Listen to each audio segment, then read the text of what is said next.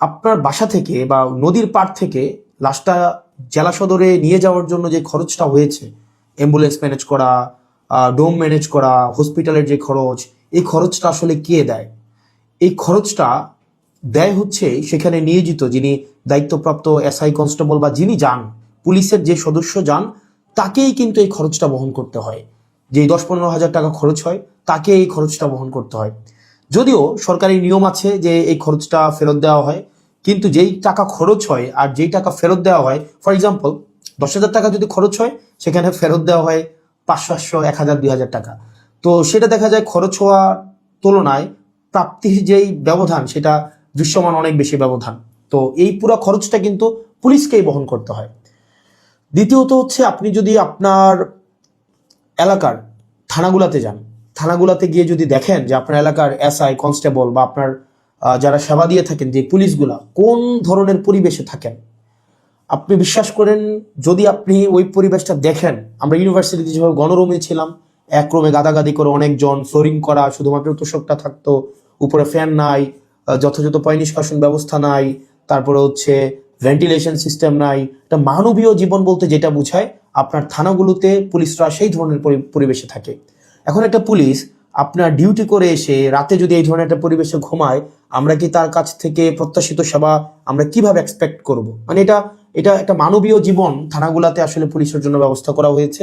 এত বছরেও পুলিশ এই সেবাগুলোতে, এই মৌল মানবিক পুলিশের যেই বেসিক যে সেবাগুলা, সেগুলো এখনো পর্যন্ত কিন্তু সংস্কার করা হয়নি।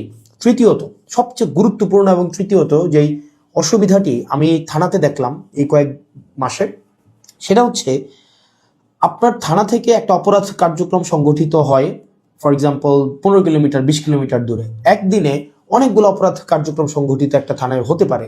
পারিবারিক কলহ, মাদকের সমস্যা, ছিনতাই, ডাকাতি, চুরি, একাধিক সমস্যা সেখানে ঘটতে পারে। এখন প্রশ্ন হচ্ছে, একটা থানায় যদি আমার 16-17টা ইউনিয়ন, 20টা ইউনিয়ন, কোনো কোনো জায়গায় তারও বেশি ইউনিয়ন, প্রত্যেকটা জায়গায় যদি কোনো ধরনের অপরাধ কার্যক্রম সংঘটিত হয়, ধরি 10টা জায়গায় সংঘটিত হইলো বা 5টা জায়গায় সংঘটিত হইলো, আমার এই 5টা জায়গায় কিন্তু তাৎক্ষণিক রেসপন্স করতে হয়। এখন তাৎক্ষণিক যদি আমরা রেসপন্স করতে চাই, সেই জায়গাগুলোতে পৌঁছাইতে অবশ্যই আমাদের গাড়ির প্রয়োজন। মানে গাড়ি ছাড়া পায়ে হেঁটে তো নিশ্চয়ই এই ধরনের কার্যক্রমগুলোতে কখনোই পুলিশ তড়িৎ কোনো সিদ্ধান্ত বা তড়িৎ কোনো অ্যাকশন নিতে পারে না। কিন্তু আপনি যদি থানাগুলো যান, দেখবেন কোনো থানায় 10টা গাড়ির প্রয়োজন, 6টা গাড়ির প্রয়োজন, সেখানে থানাকে দেওয়া হয়েছে 1টা গাড়ি, 2টা গাড়ি। এখন পুলিশ তো আর বাসায় বসে থাকে না। আপনি কল দিলেন যে এখানে ঝামেলা হয়েছে, মানুষ মারা গিয়েছে, চুরি হয়েছে, খুন হয়েছে, পুলিশ কিন্তু আসতে হয়। তাহলে পুলিশ কিভাবে আসে? পুলিশ দেখা যায় একটা ভ্যান ভাড়া করে, একটা অটো ভাড়া করে, অথবা দেখা যায় একটা লেগুনা ভাড়া করে, সেইটা করে কিন্তু তাকে যেতে হয়। ওই যে ভাড়ার টাকাটা, এই ভাড়ার টাকাটাও কিন্তু পুলিশের পকেট থেকে দিতে হয়। দ্বিতীয়ত, এই যে ভাড়া করে যাওয়া আসা, তার যে এই সময় নষ্ট হয়, সেক্ষেত্রে দেখা যায় যারা অপরাধ সংঘটিত করে, তারা কিন্তু ইতিমধ্যেই সে জায়গা থেকে চলে যায় এবং আমরা সেবা বঞ্চিত হই। সেজন্য আপনি যদি পুলিশকে যুগোপযোগী করতে চান, পুলিশকে যদি আপনি তার সেবা তাৎক্ষণিক জনগণের কাছে পৌঁছাইতে চান, অবশ্যই তার ট্রান্সপোর্টেশন ব্যবস্থাটা অবশ্যই যথাযথভাবে করতে হবে। আপনি পুলিশকে ট্রান্সপোর্টেশনের গাড়ি দিবেন না। গাড়ি বলতে এখানে একটা পুলিশকে একটা গাড়ি, এটা বোঝানো হয় নাই। একটা কাভার্ড ভ্যান দেন, 10টা পুলিশ একসাথে মুভ করতে পারে। তারপর হচ্ছে একটা থানায় যদি আপনি 5টা 6টা গাড়ি দেন, তাহলে সেক্ষেত্রে কিন্তু ওই এলাকার অপরাধ কার্যক্রম অবশ্যই দৃশ্যমান কমে আসবে। কারণ পুলিশ ইমিডিয়েট রেসপন্স করতে পারবে। কারণ পুলিশ যদি ইমিডিয়েট রেসপন্স করতে না পারে, অপরাধ সংঘটিত হয়ে যাওয়ার পরে যদি রেসপন্স করতে হয়, সেক্ষেত্রে দেখা যায় দিন শেষে অপরাধী কিন্তু পালিয়ে যায়। সেজন্য পুলিশের দক্ষতা, পুলিশের সেবা যদি আপনি জনগণের দ্বারগোড়া পৌঁছাতে চান, অবশ্যই আপনার ট্রান্সপোর্টেশনের ব্যবস্থা উন্নতি করতে হবে। এখন আমাদের বিদ্যমান যে পুলিশ ব্যবস্থা রয়েছে, এই পুলিশ ব্যবস্থার থানাগুলোতে, আমি থানাগুলোর কথা বলবো, থানাগুলোতে তাদের অ্যাকোমোডেশন সমস্যা, তাদের বাসা, তাদের থাকার জায়গা নাই ঠিকঠাক ভাবে, গণরুমের মতো তাদেরকে থাকতে হয়, এবং তাদেরকে যে বেতন দেওয়া হয়, এই বেতন দিয়ে যে একটা স্বাভাবিক জীবনযাপন করবে, সেটা কোনোভাবেই সম্ভব না। দ্বিতীয়ত হচ্ছে, আপনি তাকে ট্রান্সপোর্টেশনের ব্যবস্থা করছেন না যথাযথভাবে। আপনি তাকে দেখা যাচ্ছে যে আপনি তাকে ঢাল তরোয়ার ছাড়া, ট্রান্সপোর্টেশন ছাড়া আপনি অপরাধী ধরতে পাঠাচ্ছেন, টহল দিতে পাঠাচ্ছেন, সেক্ষেত্রে কিন্তু তাকে ট্রান্সপোর্টেশন ম্যানেজ করা এবং সেখানে যে ভাড়া মেটানো সেটাও কিন্তু তার পকেট থেকেই করতে হয়। সরকার যে অ্যালটমেন্টটা দেয়, সরকার যে বরাদ্দ দেয়, সেটা খুবই খুবই প্রয়োজনের তুলনায় অপ্রতুল। তৃতীয়ত হচ্ছে আপনি পুলিশে একটা হচ্ছে, আমি অনেকগুলো অফিসারের সাথে কথা বলেছি, রিটায়ার্ড অফিসার, চাকরিরত অফিসার, তাদের সাথে কথা বলেছি। পুলিশে ম্যানেজ করে নাও একটা কালচার আছে, ম্যানেজ করে নাও একটা কালচার। ফর এক্সাম্পল, আপনি কনস্টেবলকে পাঠাইলেন কোন একটা জায়গায় আসামি ধরার জন্য, সেখানে 5,000 টাকা খরচ হবে যে আসামিটা ধরতে, ট্রান্সপোর্টেশন কস্ট বা তদন্ত এই জায়গাগুলোতে। তখন কনস্টেবল তার মানে ঊর্ধ্বতন কর্মকর্তাকে উনি বললেন যে স্যার টাকা কোথায় পাবো? তখন বলে ম্যানেজ করে নাও। এখন ম্যানেজ করে নেওয়া অর্থ সেটা নিশ্চয়ই আমরা বুঝেছি, ম্যানেজ করে নেওয়া বলতে কি বোঝাচ্ছে। এবং আরো শঙ্কার বিষয় সেটা হচ্ছে পুলিশের অনেক বড় বড় প্রোগ্রাম হয়।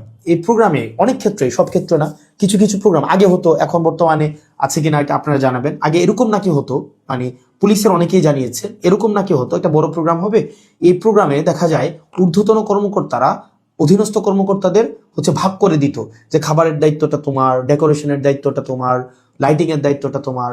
তো এখন টাকা আসবে কোন জায়গা থেকে? ম্যানেজ করে নাও। তো দেখা যায় অধস্তন কর্মকর্তারা সেটাকে ম্যানেজ করে নিতেন। তো নিশ্চয়ই ম্যানেজ করাটা সরকারের দায়িত্ব, ম্যানেজ করা তো অবশ্যই কোনো কর্মকর্তা কর্মচারীর দায়িত্ব না। কিন্তু দেখা যায় অধিকাংশ ক্ষেত্রেই সরকার যে বাজেট বরাদ্দ দেয় পুলিশকে, এবং যেই পরিমাণ পুলিশের প্রয়োজনীয়তাটা, যে পরিমাণ আমরা দেখলাম ল অ্যান্ড অর্ডার রিস্টোর করার ক্ষেত্রে, সামাজিক শৃঙ্খলা বজায় রাখার ক্ষেত্রে, শুধু যে গুম খুন এগুলো হচ্ছে নিরসনের ক্ষেত্রে পুলিশের অবদান বা পুলিশের কার্যক্রম বিষয়টা এমন না। স্বাভাবিক শান্তি শৃঙ্খলা, নিরাপত্তা, জীবনমালের নিরাপত্তা নিশ্চিত করার ক্ষেত্রে কিন্তু পুলিশের স্বাভাবিক অনেক ধরনের কার্যক্রম হয়। আপনার পরীক্ষা ডিউটি থেকে শুরু করে অনেক ধরনের কার্যক্রম হয়, এবং পুলিশের কে আরো বিভিন্ন কাজে ব্যবহার করা হয়। যেমন এটা খুবই খুবই, আমি পার্সোনালি এই জিনিসটাকে আমি সবার সামনেই বলছি, এই জিনিসটাকে আমি পার্সোনালি এই জিনিসটাকে কখনোই ওয়েলকাম করব না। অপ্রয়োজনীয় প্রোটোকল দেওয়া, যে যদি এলাকায় এমপি যায় পুলিশকে দেখা যায় প্রোটোকল দিতে, মানে অপ্রয়োজনীয়। দেখা যায় ওসিকে আমরা অতীতেও দেখেছি, ওসি সবসময় হচ্ছে আপনার এমপির সাথে সাথে থাকতে হয়, থাকেই থানায় একটা গাড়ি। এখন একটা গাড়ি নিয়ে যদি আপনার ওসি বা অন্য কর্মকর্তারা আপনার এমপির সাথে সারাদিন ব্যাপী থাকতে হয়, যেখানে যায় সেখানে যেতে হয়, তাহলে ওসিও কিন্তু তার স্বাভাবিক থানা কার্যক্রম করতে পারে না, সাধারণ মানুষ সেবা বঞ্চিত হয়। একই সাথে সাথে যে একটা এই গাড়িটাও কিন্তু অপচয় হয়। সেজন্য, এবং আপনারা জেনে থাকবেন যে এমপির সাথে পুলিশ সবসময় থাকে, কিন্তু এটা কিন্তু কোনো নিয়মে নাই, কোনো প্রোটোকলে নাই। এমপির সাথে পুলিশ থাকবে, এটার কোনো প্রোটোকল নাই, কোনো প্রোটোকলেই নাই। এটা হচ্ছে আগে রাজনৈতিক যে কালচার ছিল, রাজনৈতিক কালচারে পুলিশ এমপির একটু নজরে পড়ার জন্য বা একটু স্বাভাবিকভাবে এই কার্যক্রমগুলো পুলিশকে রাজনীতিকীকরণ হওয়ার কারণে পুলিশ যে স্বপ্রণোদিত হয়ে সব ক্ষেত্রে করেছে বিষয়টা এমন না, পুলিশকে করতে বাধ্য করা হয়েছে ক্ষেত্র বিশেষে। তো সেজন্য আমরা যদি পুলিশের সেবাটাকে জনগণের দোরগোড়ায় পৌঁছাতে চাই, আমরা যদি চাই জনগণ যথাযথভাবে পুলিশের সেবাটা পাক, তাহলে কিন্তু অবশ্যই আপনি পুলিশের, বিশেষ করে থানা পর্যায়ের থানা পুলিশের, কারণ সবচেয়ে বেশি কিন্তু থানায় পুলিশকে স্বাভাবিক সাধারণ মানুষ যায়, আপনি থানার পুলিশের অবশ্যই আপনি তার আবাসন ব্যবস্থা নিশ্চিত করতে হবে, যথাযথভাবে তার বিশ্রামের পরিবেশ আপনি নিশ্চিত করতে হবে, নিরাপদ পানির ব্যবস্থা নিশ্চিত করতে হবে, খাবারের ব্যবস্থা নিশ্চিত করতে হবে, এবং তার ডিউটির এখানে একটা প্রোটোকল আপনার নিশ্চিত করতে হবে। আপনি 24/7 একটা মানুষ কখনোই, একটা স্বাভাবিক মানুষ স্বাভাবিকভাবে কখনোই ডিউটি করতে পারে না।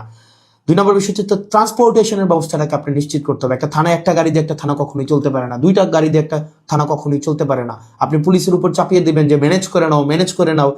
পুলিশ যখন ম্যানেজ করতে যাবে তখনই কিন্তু জনগণ পুলিশের হচ্ছে একটা সাংঘর্ষিক অবস্থা তৈরি হয়, তখনই হচ্ছে উৎকোচ গ্রহণের হচ্ছে এক ধরনের বৈধতা মানসিকভাবে উৎপাদিত হয়। সেজন্য আমরা পুলিশকে এই ম্যানেজ করে নেওয়ার প্রবণতায় না ঠেলে দিয়ে সরকারের কাছে এই বিষয়গুলো নিয়ে আমাদের আহ্বান থাকবে বাজেট বৃদ্ধি করা, এবং সেগুলোর হচ্ছে আমাদের যে টেকনিক্যাল জায়গায় আমাদের রিসোর্স সেখানে হচ্ছে আমাদের ইনস্টল করতে হবে। তৃতীয়ত, তার মানে অ্যাকোমোডেশন, তারপর হচ্ছে ট্রান্সপোর্টেশন, আর হচ্ছে 3 নাম্বার যেটা হচ্ছে অযাচিত যেই রাজনীতিকীকরণের যে বিষয়টি রয়েছে, সেটি থেকেও পুলিশকে আমাদের মুক্তি দিতে হবে। সাধারণ জনগণ এবং পুলিশের মাঝখানে কোনো মধ্যস্বত্বভোগী থাকা কখনোই উচিত না। তো আমরা পুলিশের আমরা শুরু থেকে, আপনি যদি যান আমার টাইমলাইনে এখনো আছে যে অগাস্ট থেকে 2024 অগাস্ট থেকে পুলিশের যে টেকনিক্যাল হচ্ছে রিসোর্স ইনস্টল করা, তাদেরকে সেটাকে এনরিচ করা, পুলিশকে জনমুখী করা, রাজনৈতিক প্রভাবে বলের বাহিরে নিয়ে যাওয়া, তাদের আবাসন, স্বাস্থ্য, চিকিৎসা সেগুলো যেন যথাযথ হয় সেটি নিশ্চিত করা, তার পেশাদারি যে ব্যয় হয় সেই পেশাদারি ব্যয় যেন সরকারি খাত থেকে হয়, তাকে যেন সেটির জন্য ম্যানেজ করা কালচারে না যেতে হয়, সেটির জন্য কিন্তু আমরা গুরুত্ব দিচ্ছি। সেজন্য আমরা সংসদে এই বিষয়গুলো নিয়ে কথা বলবো যদি আল্লাহ সুযোগ করে দেয়, এবং যেহেতু সুযোগ করে দিয়েছে একই সাথে সাথে সরকারের কাছে বা মানুষের কাছেও যে এই যে পুলিশের, আমরা যে তৃণমূলের পুলিশের যে জটিলতাগুলো সেগুলো আমার কাছে মনে হয়েছে সবার জানা উচিত, যেহেতু থানাগুলোকে আমরা এখন খুব ক্লোজলি দেখছি, সেজন্য সবাইকে জানানো। আর পুলিশের প্রতি আমাদের সবসময় সংবেদনশীলতা রয়েছে, এবং আমরা চাই পুলিশ জনগণের হয়ে উঠুক, কোনো রাজনৈতিক দলের না, পুলিশ হয়ে উঠুক সবার। পুলিশের সাথে জনগণের সম্পর্ক থাকবে হৃদ্যতার, এবং প্রত্যেকটা মানুষ যেন ভয়হীনভাবে সেখানে অভিযোগ জানাতে পারে, এবং অপরাধী নির্মূলে পুলিশ সবসময় যেন সুদৃঢ় ভূমিকা পালন করতে পারে রাজনৈতিক যে কোনো প্রভাবের ঊর্ধ্বে উঠে। পুলিশের আবাসন সমস্যা, ট্রান্সপোর্টেশন সমস্যা, পুলিশের বাজেট বৃদ্ধি এবং পুলিশের ম্যানেজ করে নেওয়া কালচার থেকে পুলিশকে অবশ্যই মুক্তি দিতে হবে।